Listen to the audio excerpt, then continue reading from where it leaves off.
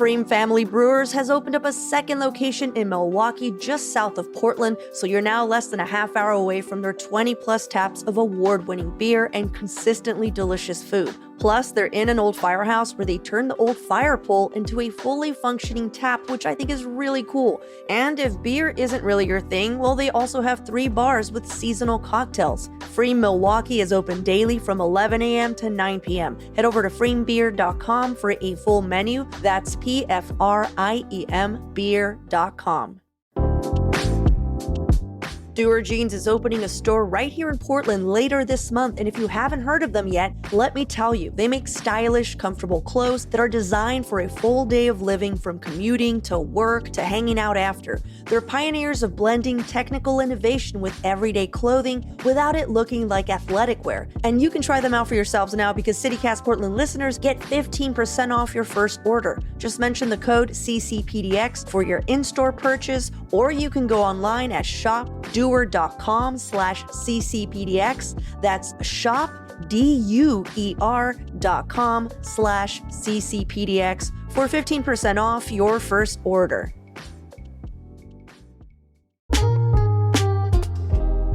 With cooler weather on the way, now is the perfect time to replace any old drafty windows. And this month, you get 50% off all window styles at Window Nation. Plus, you could put 0 down, make 0 payments, and pay 0 interest for 2 whole years. They also use high-quality Milgard windows manufactured here in Portland that come with a lifetime warranty. Schedule a fast free estimate now with Window Nation at windownation.com. That's windownation.com. License number OR249. 9065.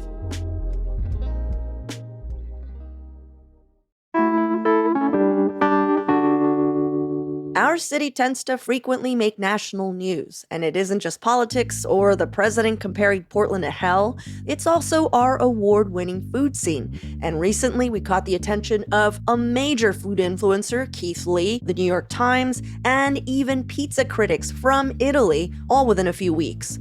But is what outsiders are saying about Portland's food scene true? And do they even really know all of our city's culinary gems and best pizza makers like we do? So today on CityCast Portland, we're talking with Portland Monthly Associate Editor of Food and Drink, Alex Frane, to break down what he thinks they got right and wrong. It's Thursday, September 18th. I'm Claudia Meza, and this is what Portland's talking about.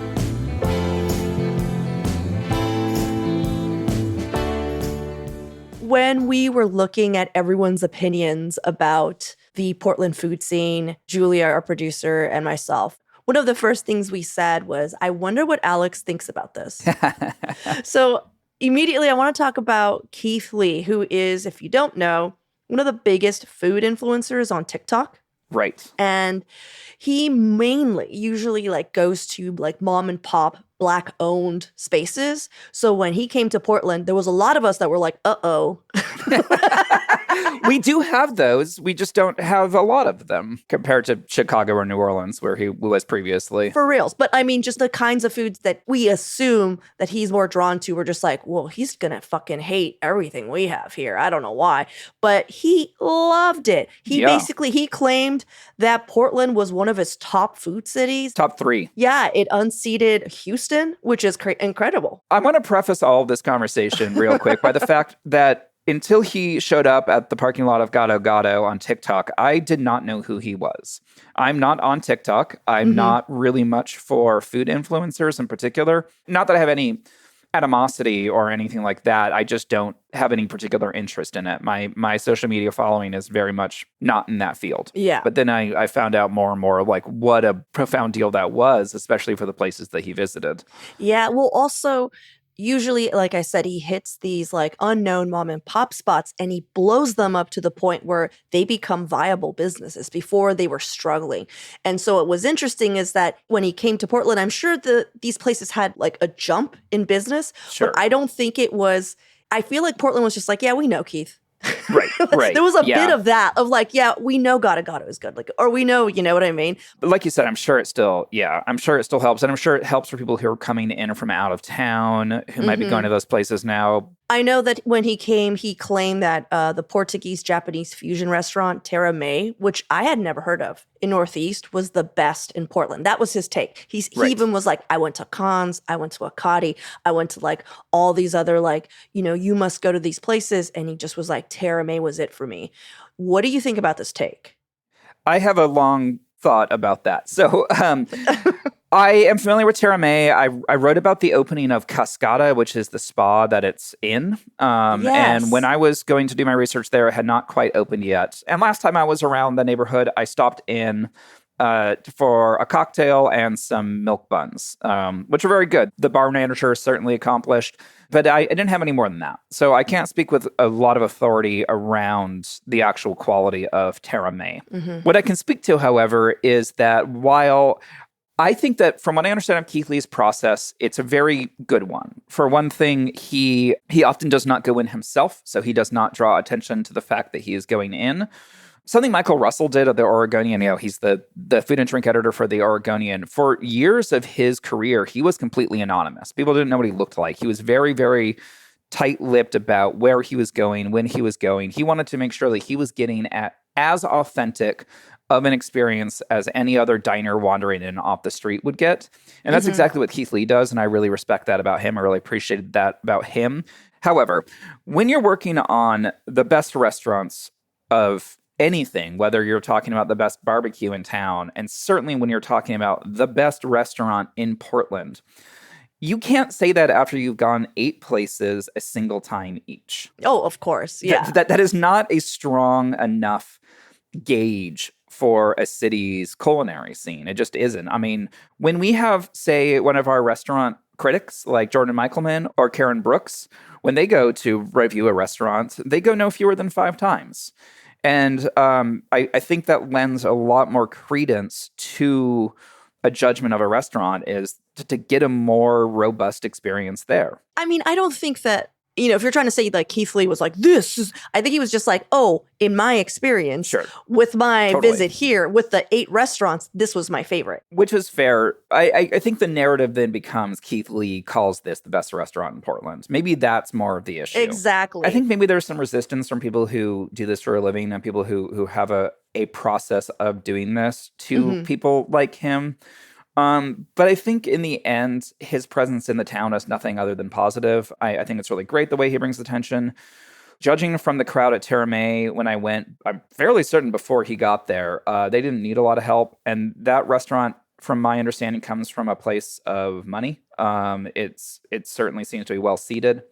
It's one of those restaurants that is very constructed. This is not like a chef's. I mean, I'm not trying to say the chef isn't an incredibly passionate person who built a menu out of love, but it's not the same thing as, say, a restaurant like Khan, which he also went to, or even a restaurant like Key's Loaded Kitchen or Gato Gato, which were really born from their chefs, right? These are chef-owned, chef-driven restaurants. Like a place like Gato Gato is just so rooted in what the owners love and care about and have spent years and years and years. Yeah, their personal story. There's more of a story to it. I think that's a really good way to put it. And maybe I'm misreading this a little bit, given my experiences there have been limited. But I just find that place to be a little bit more of a curated experience than a natural, organic, emergent experience. The food that he showed made me want to try it, but I hear what you're saying. And also a disclaimer, as you stated, he normally goes anonymously, but he was invited by the chef to come and do a dinner. So they were really like cooking it up. Right. So he got a very special experience for sure. And I think that speaks a lot to like what they're doing there too, right? Is they are interested in having this high profile, which, like a lot of restaurants would be, but may not be able to kind of offer somebody that same experience. For sure. Well, he also tried 8 other places during his visit. I know we mentioned a couple, Gato Gato and Key's Loaded Kitchen. Yeah. So what do you think he got right and wrong? Oh, I don't think he got anything wrong. Like, I think he picked out some really good spaces. I mean, the fact that he went to both Con as well as Alberta Street Market, like, I can't think of 2 more disparate Different? restaurants. Well, it's been in the community for Yes. Generations. So really what my point is that like you're looking at a place that is literally a convenience store that you go in and buy chicken wings and JoJo's versus like one of our most well-regarded formal dinner spots in town. So he really managed to hit a diversity of restaurants, and I think that's really commendable. I don't even want to call it like an issue necessarily because that's not what people are going to him for, but his evaluations of restaurants tend to be very descriptive, but a little surface level, where he talks about, oh, this tastes really good. I really like this. I really like this. He doesn't have a background in food writing. He's not going to break down why he likes a place. He's not going to do deep research necessarily in how the restaurant operates, how it treats its workers, how it involves itself in the community. Mm-hmm. But as far as his choices and everything, I don't think he like fucked up by going to the wrong spot. With only 8 places, I don't think I can really criticize any places that he missed. Because in order to do that, he'd have to go to every restaurant in town. So, that's not really fair. He was giving this very specific snapshot, these very 8 specific spots. And I also don't believe he had much in the way of criticism for any of them. No. He seemed to be like authentically blown away by both our highbrow and our lowbrow food, our Pan-Asian and our Haitian. And I gotta let you know that that's normally not the point. Like, he actually cut short his food tour in Atlanta because he was just they have a terrible food scene. And that's Atlanta. Exactly. And it was amazing. I mean, if you want to get deep, I know you're not a TikTok guy, go into that series because it was phenomenal. We're going to take a quick break here. And when we come back, let's talk about the New York Times latest list of best restaurants in Portland.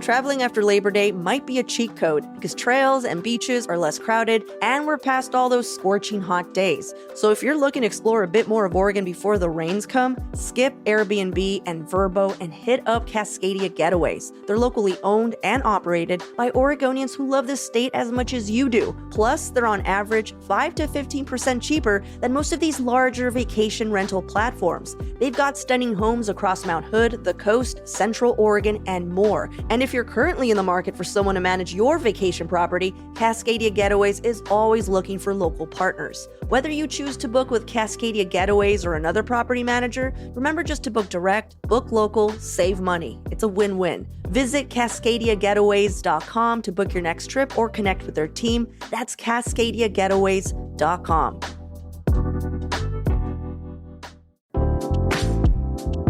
Hey, all you wine drinkers out there, grape harvest is coming, and I know we're spoiled here in the Willamette Valley, but if you're looking to spread your wine tasting wings, I just made that up. Walla Walla Valley in Southeast Washington is home to more than 130 wineries offering great wines and new vineyard experiences. Like, I've actually been wanting to check out Abeja, which means bee in Spanish, by the way. Their grounds look beautiful, and 4-time James Beard Award nominee chef Mike Easton heads their kitchen. And there are so many other beautiful grounds to explore that are constantly putting on special events and prefix menus. Plus, Walla Walla has a walkable historic downtown core where you can enjoy more farm fresh fine dining from other celebrated chefs. It's just a scenic 4-hour drive away, and many of these wineries have adorable accommodations on their estates. Head over to wallawalla.org for more info and to plan your visit today. That's wallawalla.org. As some longtime listeners might know, I can't do dairy. I would love to, but my body does not allow it. And it's been so hard finding protein supplements or quick pre- and post-workout fuel on busy days because almost everything that's out there is either whey or milk protein dependent. Fortunately, Huel's Black Edition powder is 100% vegan, and it can either be used as the perfect post-workout recovery meal or as a quick meal if you just don't have time to cook. Huel, spelled Huel, is packed with 40 grams of plant-based protein and 27 essential vitamins and minerals. Plus, there's no added sugar and it's gluten-free. But most importantly, at least to me, is that it actually tastes good. It comes in flavors like salted caramel, chocolate, and cinnamon roll. And Huel just dropped a new product called the Daily Greens Ready to Drink. It's a sparkling beverage that comes in delicious flavors like blueberry, apple, and peach. It's made by dietitians, so it's also jam-packed with nutrients and fiber. You can try Huel for yourself with 15% off for new customers using code Portland Portland at huel.com/Portland. That's HUEL.com/Portland. Fuel your best performance with Huel today. All right, well, let's break down the New York Times best restaurants in Portland list. What stood out to you? I'll tell you what stood out to me, Claudia. Please do, Alex. Sometimes, if I was looking at that list, say in preparation for this recording today, and I had another tab open that might have, say, the Oregonian's top 50 restaurants in Portland or our own Portland Monthly's top 50 restaurants in Portland, I might get confused about what tab I have open. I see what you're saying. Yes, I was almost shocked by the level of continuity between what we've written in the past, what the Oregonian has written in the past, and then what the New York Times. There's like almost like a Venn diagram of like the Oregonian and Portland Monthly, and then smack down in the middle with nothing original to add to the conversation is the New York Times. Yeah. It almost feels like somebody from out of town wrote that using some research done by people like myself, Karen Brooks, Michael Russell, and many of the other fantastic and talented food writers here in Portland. It doesn't say anything all that helpful to the conversation. And maybe the only difference is that people who are coming to Portland and from another city look at the New York Times list because they think that maybe it has more authority for some reason and is ignoring local journals over that. I guess might be helpful to put them on the right path. But other than that, it feels derivative, honestly. Yeah. And like maybe that's just what it is. Maybe it's just that we have these 50 restaurants or these 75 restaurants or however many we include when we look at like all three of these lists together. And those just are like definitively the best restaurants in Portland. But also maybe not. Maybe all it is that whoever put together these lists did so by looking up what already existed out there. Were there any restaurants that stood out to you like that were new that you're just like, oh, we haven't named this restaurant or we haven't even listed this restaurant in that one list? No, there's not a single restaurant on there that like, I don't remember if Kikiba, which I hope I'm saying right, is on the Oregonians list. I know it's not on ours, but it exists on a lot of our other best of lists. There was one place that I'm not as familiar with, and I don't know, I can't remember if it's on the Oregonians or not. It's an Indonesian restaurant in the Concordia neighborhood called Pasar. Haven't been there yet. I, however, am a diehard fan of Wajan, which is an Indonesian restaurant over on Burnside, and I wonder what the decision was to put that one over Wajan. So I'll have to go try that out for myself. That was kind of the only thing that really stood out. That being said, I would love to get some more attention on Wajan because I think what they're doing over there is just fantastic. Really, really good. The other thing that I did notice that they did not have on the 25 restaurant list, which to me kind of hints at the idea that they maybe didn't come here recently to write this list, is Paper Bridge. It's not on their 25 best restaurants in Portland list, but it is on their best restaurants in the country list. Yeah, and I wonder why so it's on random. that and not on the Portland restaurant roundup. But I guess the four people who wrote the 25 best restaurants weren't the ones who listed Paper Bridge on the 50 best restaurants in the country. And just so, because, just in case you're not following, Alex is speaking about last week, the Southeast Portland Vietnamese restaurant, the Paper Bridge, was basically the only Portland restaurant on the New York Times 50 best restaurants in America list, which was odd, I gotta say. It's odd. Strange. But it made a lot of people in the food scene say, "Quién?" Yeah, right. who? Like, not a diss to the Paper Bridge, Totally. but did it surprise you that was the restaurant that they chose? Yes, because I've seen so little media buzz about that. It kind of felt like it came out of nowhere. I mean, you would expect to see Khan on there. You would expect to see Coquine, a handful of other restaurants that have had James Beard nominations, that have gotten a lot of national press, that have gotten local press. I think it's cool that they picked a spot that like people don't really know about as well. Yeah. Portland has this incredibly robust Vietnamese restaurant scene, and it's amazing to recognize that. Again, there's no VL on there, which is sort of surprising, right? Yeah. People, you would think if we're talking about Vietnamese food, that you would talk about Rose VL or Javiel. One of the VLs. I will say, I mean, I've been to Paper Bridge, and I just remember thinking, like, this is good. Yeah. I think it's really good. Yeah. I also think good fucking luck if you haven't been there and you Yeah. want to go. But what I'm saying is if you're just like a New York Times reader and you're just like, oh my God, I want you to know that the place is great. It's super cute. Absolutely. Is it one of the best restaurants in the country? No, but Portland has a lot of great restaurants. Let's put it that way. We have a lot of great restaurants. Keith Lee just, came through and showed that. We have a lot of great restaurants. I just was very surprised that was the one. Yeah, it was surprising. I also feel for them a little bit because it can be rough. It can be really hard in a restaurant, especially one that doesn't get a lot of buzz prior to something like that, to suddenly be thrust into that kind of spotlight.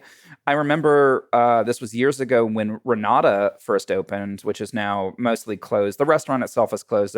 They still make some really, really good frozen pizzas that they sell like New Seasons. And oh, I didn't know that. I loved Renata. I spent a birthday there myself.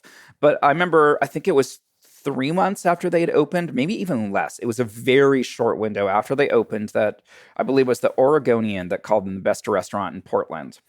And at the time, the owners felt that they might go under because of it. Oh, wow. Too much all at once. And, Paper Ridge has had more time to get their legs under them. They might be able to withstand the crowds, but they've already posted on social media about wait times and everything. And it can be really brutal because people can have this expectation and then they come in and they're disappointed because service is rushed because they're getting so slammed that maybe they can't get all of their food out. Maybe they sell out of things. People get disappointed and then they don't go back. And having these little momentary buzzy times can be really, really hard in a restaurant if there's not a sustained following after that. But to the point is that I hope Paper Bridge manages to kind of withstand the buzz and then is able to keep that ball rolling. It's a good restaurant. There's good Vietnamese food all over town. Absolutely. And maybe go when the hype dies down a little bit, and then you can see for yourself and support them after the hype dies down. Because they're going to need it. Yeah. Before we wrap up, I also want to mention that Ken's Artisan Pizza once again just secured its 5th consecutive award as one of the best pizzerias worldwide. According to Italy's top 50 pizza organization, they ranked number 43 worldwide and number 8 in the US, which is lower in both categories from last year. But I gotta say, I love Ken's. I've been going to Ken's since I was a child. Yeah, you've been going to Ken's since before they even had a full bar. Exactly. So they're great, but there's so much good pizza in Portland. Like, what other pizza shops in Portland do you think could be on this list? Well, it's funny you mentioned that because we just released our fall issue, came out last week, and we have a whole section on it on pizza. And we went through just about every pizzeria in Portland. And I would say that there's a good 10 or so places that I would put on that list. There's been a lot of attention recently around Portland as a pizza city. We've been called a couple years in a row now the best pizza city in the country by like some of the most established pizza writers. These are not just people, not to dig at anyone, but these are not influencers. These are people who dedicate their lives to eating pizza and writing about it and talking about it. And a big part of that is we have a very diverse line of pizzeria styles. Like if you go to New Haven or New York, you have some of the best pizza in your life, but you're also going to be getting a fairly narrow style. Same with if you're in Naples, right? You're going to have the best Neapolitan pizza in your life if you're in Naples, but that's what you're going to be getting there. Where in Portland, we have Neapolitan, we have Neo-Neapolitan, we have modern Neapolitan, then we have every other thing. And then we have our own styles as well. So first one going out there that I think could absolutely have been included on that list, which is what we at Portland Monthly in a very difficult bracket. We did a pizza bracket and we crowned this as the best pizza in Portland. And that's Lovely's 50-50. Oh, of course. I mean, that's always going to be Lovely's 50-50s. Yeah. I mean, it just simply is. Like, there's a lot of hype around it. There's a lot of kind of baggage around the fact that it gets talked about so much. And we talk about Chef Sarah Minnick, who's wonderful all the time. There's a reason why. There's a good goddamn reason for that. And then the other one that comes up a lot is Scotty's. Scotty's is also incredible. The way we like to talk about Scotty's is that Scotty's has kind of this like platonic ideal of like what a pizza should taste like and what it should be like. It's so good. One of our first episodes was like pizza in Portland. And one of the questions I asked this pizza expert was like, what shop each of the Teenage Mutant Ninja Turtles would go to. And in my head, they would all agree that they love Scotty's. That's actually hilarious because we put a Teenage Mutant Ninja Turtles reference, I believe, in one of our write-ups for Scotty's because that's exactly right. Don't you think so? It is the place that the turtles would go. Yes. Yeah. It's going to be that type that hangs the exact right that you see in the cartoons. It's going to have the right ingredients. Absolutely, 100%. Now, a couple months ago when I was researching for a pizza list, I went to Grana over on Burnside. And I think that's probably the most slept on pizzeria in Portland. I think it's doing pretty well. That they seem to be pretty consistently busy. But as far as attention, now they went to New York City, and I don't know if this was the same thing that Ken's was recently written about, but they went to New York City with Ken's and Nostrana and Hoppa Pizza from Beaverton. So I believe that they were also recognized by this pizza organization, and for really good reason. That's kind of a modern Neapolitan style. Started off as a farmer's market pizza. It's got this great wood-fired oven and similar style to Ken's, a little less traditional Neapolitan, I would say. Have you gone to Banco Queso? Yes. It became a crowd favorite for us because we once had a meeting at that, I forget what it's called, that little bar there. Holy Ghost. And we ordered some pan con queso, and our newsletter editor was just like, is this the best pizza in Portland that I've had right now? Like, holy shit. Because they had this one, it was chorizo with potato. And it was, it might be the best slice of pizza that I've had in a long time, where I was just like, this is the best. I will see you con queso, and I will raise you Riva on Northeast Sandy. Okay, haven't been. So Riva and Pan con Queso are, as far as I know, the only restaurants in Portland, the only pizzerias in Portland that are bringing Latin style and flavor. And Riva's it's a food cart. It's like this jet black food cart on Sandy. If you're headed out towards the airport, you'll drive by it. If you're headed out on Sandy, there is a particular style of Central American, boy, if I get any of this wrong, I deeply apologize. I'm showing off myself as being very white in today's episode. But it's this kind of folded tortilla dish, and they do a version of that at Riva, which is a pizza, and it's killer. It's astonishing. It's really, really good. It's not a tlayuda, is it? I believe it is. Yes, that's all right. Right. There we go. Yes. Thank you for that excellent pronunciation too. When you described it, I was like, are you talking about tlayuda? Yes, they have a pizza tlayuda there. Michael Russell came on a while ago. I don't know if you've heard of this man. I only mentioned it 5 times today. Michael Russell, the food critic from Oregonian, talked about Riva and brought that up. And, good. And so I've been wanting to check it out since then, and I just haven't gotten to that area. And that's no dish on pan con queso. They're both excellent. Oh, and then of course, I probably can't get away without talking just a little bit about Cafe Oli. Obviously, Cafe Oli is still one of my favorite pizzas in town as well. That very minimalist wood-fired style. That they had a lot of attention when they first opened, which again, despite the amount of buzz they've had, they're also struggling. Are they struggling? Really? Yes, they just had to limit their hours quite a bit. They actually cut down, they cut their lunch program. Oh, and actually, sorry, I'm just going to keep rambling now because we're talking about pizza. Gracie's in St. John's is another huge favorite of mine. I adore Gracie's. Yeah, I've heard of them. Yeah. You live right by there, don't you?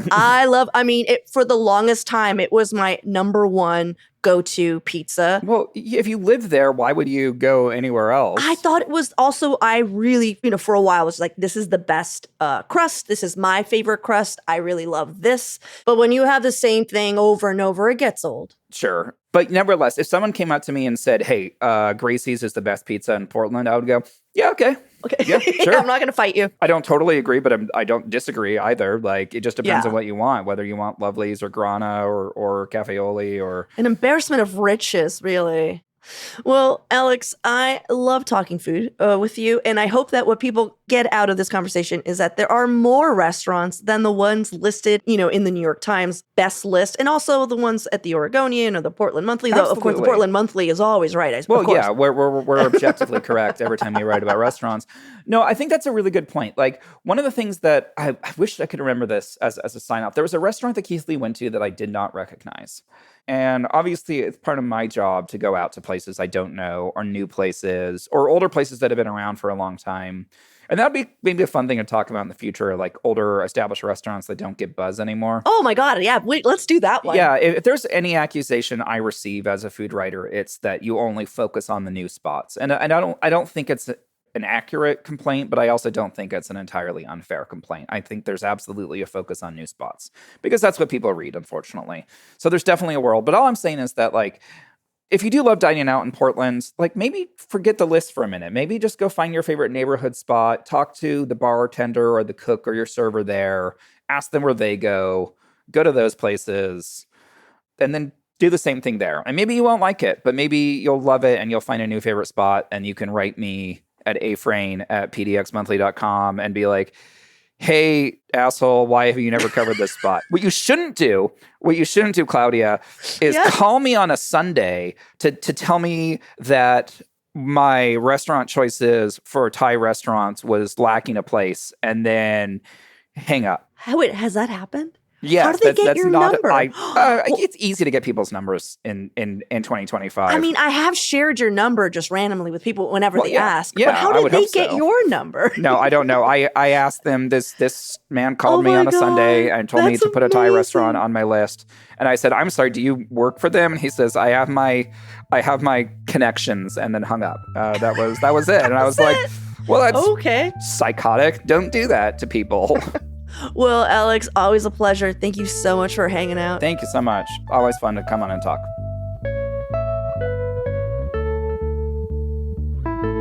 And now for some events happening this week. Every Thursday on the show, we like to bring you a few recommendations to help you plan your weekend. And here's what we got. There's a Portland Zine meetup this Thursday from 9 to 11 p.m. at Rose City Book Pub. That's the bar that encourages you to bring a book and hang out. This is a casual weekly zine making meetup where you sketch, write, draw, chat, and make friends. Sounds super sweet. This Friday, Jaws, that's Jawz, the musical in 3D, is kicking off a 5-show run at the Alberta Rose Theatre, just in time for the movie's 50th anniversary. If you like comedy and sharks, this one is for you. It ran about a decade ago, and it got really, really good reviews. I think it's going to be a fun one. And Snack Fest is returning this weekend at 100 Southeast Alder. That's where the night market is usually held. There's going to be live entertainment, demos, educational breakout sessions, and opportunities to meet the makers of your favorite food and products, plus free snacks, and it's free to attend. And of course, this is just scratching the surface. There's so much more to do this weekend. For even more events and local news, sign up to our newsletter, Hey Portland, or hit up our site at portland.citycast.fm. You can gain earlier access to our event picks by becoming a CityCast Portland neighbor. That's our membership program that gets you members-only events like insider tours, volunteering meetups, and happy hours with fellow CityCast neighbors, plus ad-free listening and opportunities to shout out your favorite local businesses, nonprofits in our podcast and newsletter. You can become a CityCast Portland neighbor at membership.citycast.fm. That's membership.citycast.fm. We'll throw a link to all of this in the show notes.